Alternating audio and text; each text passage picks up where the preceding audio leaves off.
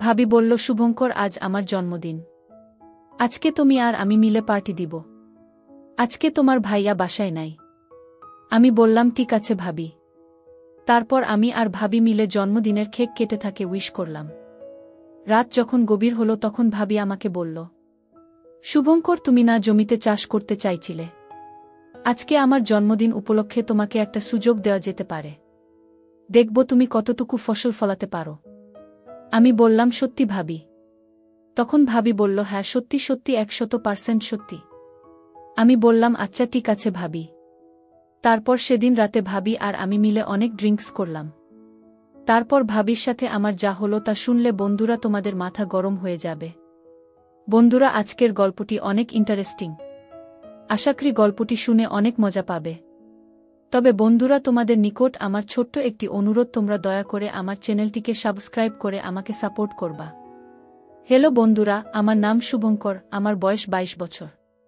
আমি একজন MBA ছাত্র এবং এই লেখাটি আমার জীবনে ঘটে যাওয়া একটা ঘটনা। আমি কিভাবে আমার ভাবিকে কৌশলে ফেলে আমার ইচ্ছা পূরণ করেছিলাম, আজকে সেই গল্পটাই আপনাদের সামনে তুলে ধরব। ঘটনাটি প্রায় 3 বছর আগে কথা। আমি বাণিজ্য বিভাগে গ্র্যাজুয়েশন সম্পন্ন করি এবং এরপর MBA করার ইচ্ছা নিয়ে ভালো একটি কলেজে ভর্তি হওয়ার সিদ্ধান্ত নিই। আমার ইচ্ছে ছিল বড় শহরে গিয়ে পড়াশোনা করা এবং সেখানে গিয়ে অনেক মজা করার। দিল্লিতে গিয়ে MBA করার কথা বাবাকে জানালে তিনিও আমাকে সেখানে পড়ানোর জন্য রাজি হয়ে যান। আমি তো মনে মনে খুব খুশি ছিলাম যে একটা ফ্ল্যাট বাসায় থাকব আর যখন ইচ্ছে মেয়ে বন্ধু বান্ধব নিয়ে আসতে পারব। কিন্তু বাবা আমার সব আশায় পানি ঢেলে দেয় আর বলে যে তার খুব কাছের পরিচিত একজন যিনি দিল্লিতে থাকে, বাবা তাকে নিজের ছেলের মতো করেই দেখে। তার নাম সুজিত, দিল্লিতে থাকেন। তার বয়স এই 30-এর মতো হবে। আমি তাকে একবার দেখেছিলাম বাবার সাথে গিয়ে তার বিয়েতে। বাবাকে খুব সম্মান করে, তাই বাবা মা তাকে বলতেই সে এক কথায় রাজি হয়ে যায় আর বলে যে তারা যে ফ্ল্যাটে থাকে সেখানে একটা রুম সব সময় ফাঁকা থাকে। আমি চাইলেই সেখানে থাকতে পারি, তাদের কোনো সমস্যা হবে না। পরের সপ্তাহেই আমি দিল্লির উদ্দেশ্যে রওনা দেই আর সুজিত ভাই আর বাসায় পৌঁছাতেই তাদের দরজায় বেল দেই। আর তখনই 22 বছর বয়সী এক বিবাহিত মেয়ে দরজা খুলে দেয় আর তাকে দেখে আমার চোখ চেহারায় আটকে যায় আর এক দৃষ্টিতে আমি তার দিকে তাকিয়ে থাকি। তাকে দেখে তো আমি পুরো টাস্কি খেয়ে যাই, কারণ সে যে বিবাহিত তা আমার কাছে মনেই হলো না। কি বলবো বন্ধুরা, প্রথম দেখাতেই আমি তার প্রেমে পড়ে যাই। তাকে দেখে আমার কাছে মনে হচ্ছিল আমার সামনে কোনো পরী দাঁড়িয়ে আছে, সেই সাথে কমলা কালারের শাড়ি আর স্লিভলেস ব্লাউজ। আমি তো প্রথম দেখাতেই পুরা ফিদা হয়ে গেছি। আমাকে দেখে সে জিজ্ঞেস করে, কাকে খুঁজছেন? তখন আমি সুজিত ভাই আর নাম বলতেই সে আমাকে বাসায় মধ্যে নিয়ে যায় আর বলে, হ্যাঁ সুজিত, মনে হয় আমাকে তোমার কথাই বলেছিল। তখন সে বলে যে সে সুজিত ভাই আর ওয়াইফ। আর তখন ভাবি আমাকে খুব আন্তরিকভাবে তার বাসায় স্বাগত জানায়। এরপর আমাকে সে বসতে বলে, কিন্তু আমার পুরো আকর্ষণ ছিল তার প্রতি। মানুষ এত সুন্দর হয় কিভাবে? আমি শুধু মনে মনে এটাই ভাবছিলাম, কিভাবে কি করা যায়। আমি বাসায় যাওয়ার পর ভাবি আমাকে বলল, কি নাম তোমার? আমি বললাম, ভাবি, আমার নাম শুভঙ্কর। তখন ভাবি বলল, বা খুব সুন্দর নাম তো তোমার। আচ্ছা ঠিক আছে, আগে ফ্রেশ হয়ে নাও, তারপর তোমার সাথে কথা বলছি। আমি বললাম, আচ্ছা ঠিক আছে ভাবি। তারপর আমি ফ্রেশ হয়ে রেস্ট নিতে লাগলাম। একটু পর ভাবি আমার জন্য খাবার নিয়ে আসলো।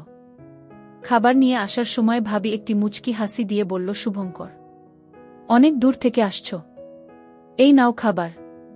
খাবার খেয়ে রেস্ট নাও। আমি বললাম, আচ্ছা ঠিক আছে ভাবি। সন্ধ্যা হতেই সুজিত ভাইজা চলে আসে। এরপর 3 জনে মিলে আড্ডা দিতে দিতে রাত হয়ে যায়। এরপর খাবার খেয়ে আমি আমার রুমে চলে যাই, কিন্তু কিছুতেই ঘুম আসতেছিল না। তখনই ভাবি আমার রুমে এসে বলে, শুভঙ্কর, কোনো সমস্যা হচ্ছে না তো? এখন ঘুমিয়ে পড়ো, রাত তো কম হলো না। কিন্তু আমার ঘুম আসছিল না। হঠাৎ স্থান পরিবর্তন, কিছুতেই চোখে ঘুম আসছিল না। জেগে মোবাইল দেখছিলাম। এভাবেই প্রায় 1 ঘন্টা পার হয়ে গেল। তাই ভাবলাম বাথরুমে গিয়ে একটু 1 নাম্বার করে আসি। যখন আমি বাথরুমে যাচ্ছিলাম তখন আমার কানে একটা অদ্ভুত আওয়াজ ভেসে আসলো। ভাবলাম অদ্ভুত আওয়াজটা আসে কোথা থেকে। তখন আমি লক্ষ্য করে দেখলাম অদ্ভুত আওয়াজটা আসে ভাইয়া আর ভাবির রুম থেকে। তখন ভাইয়া আর ভাবি রুমে জানালা দিয়ে উকি দিয়ে দেখলাম ভাইয়া আর ভাবি তাদের একটা ভালো মুহূর্ত পার করছে, যা দেখে আমার চোখ গরম হয়ে গেছে। আমি কিছুক্ষণ দেখার পর চলে গেলাম আর মনে মনে দৃশ্যটা কল্পনা করতে লাগলাম আর ভাবতে লাগলাম ভাইয়া আর ভাবি কতই না সুখে আছে। পরদিন আমি ঘুম থেকে উঠে কলেজে যাওয়ার জন্য রেডি হয়ে যাই, আর এদিকে ভাইয়া সকাল সকাল উঠে অফিসে চলে যায়। আমি কলেজে ক্লাস করে তারপর বাসায় চলে আসি। বাসায় এসে দেখি ভাবি খুব সুন্দর করে সাজুগুজু করে কি যেনা ভাবছে। আমি বললাম, কি ব্যাপার ভাবি, এত সাজুগুজু করছেন কেন? ভাবি, সাজুগুজু করলে সত্যি আপনাকে দারুণ লাগে। তখন ভাবি মুচকি হাসি দিয়ে বলল, দূর দুষ্ট। আমি বললাম, সত্যি বলছি আমি ভাবি। তখন ভাবি আমাকে বলল, শুভঙ্কর একা একা বাসায় ভালো লাগছে না, চল আমরা কোথাও থেকে ঘুরে আসি। আমি বললাম, ভাবি যদি ভাইয়া আপনাকে এসে বাসায় না পায় তখন তো ভাইয়া আমাকে সন্দেহ করবে। ভাবি বলল, শুভঙ্কর তোর ভাইয়া আমাকে অনেক বিশ্বাস করে, চল আমার একা একা বাসায় ভালো লাগছে না। আমি বললাম, ঠিক আছে ভাবি। তারপর আমি আর ভাবি ঘুরতে বের হলাম। বেশ কিছুক্ষণ ঘুরে আমরা বাসায় চলে আসলাম। ভাবি আর আমি একই রিকশায় যখন বসলাম তখন ভাবির হালকা ঘেঁষায় আরাম অনেক ভালো লাগছিল, আর আমি ভাবিকে নিয়ে কল্পনার জগতে হারিয়ে যেতে লাগলাম। সন্ধ্যায় ভাইয়া বাসায় চলে আসে। যথারীতি আমরা আড্ডা দিয়ে যার রুমে শুয়ে পড়লাম। মধ্যরাতে ভাইয়া আর ভাবির রুম থেকে প্রতিদিন এক ধরনের অদ্ভুত আওয়াজের শব্দে আমার ঘুম ভেঙে যেত। তারপর আমি উকি দিয়ে দেখে অনেক মজা পেতাম। এইভাবেই চলছিল আমার জীবন। অপেক্ষা করতে লাগলাম কখন আসে আমার জীবনে এমন একটা সুন্দর মুহূর্ত। এইভাবেই কাটছিল আমার জীবন। দেখতে দেখতে 2 বছর চলে গেল। ভাইয়া আর ভাবির কোনো সন্তান হচ্ছিল না। এ নিয়ে প্রায়ই ভাই আর মন খারাপ থাকত, আর ভাবিরও মন খারাপ থাকত। একদিন আমি জিজ্ঞাসা করলাম ভাবিকে, ভাবি আপনারা এখনো সন্তান নিচ্ছেন না কেন? তখন ভাবি একটু লজ্জা পেল এবং বলল, শুভঙ্কর ভাই, অনেক চেষ্টা করছি, কাজ হচ্ছে না তো। আমি বললাম, কি বললেন ভাবি? আমি তো প্রতিদিন রাতে আপনাদের আওয়াজের কারণে ঘুমাইতে পারি না, তারপরেও কাজ হচ্ছে না। আমি বললাম, ভাবি জমিতে চাষ তো ঠিকই করতেছেন, কিন্তু ফসল হচ্ছে না কেন? ভাবি বলল, কি জানি ভাইয়া। আমি বললাম, ভাবি একবার কি অন্য কৃষক দিয়ে চাষ করিয়ে দেখবেন? তখন ভাবি বলল, দূর দুষ্টু মায়ের খাবি।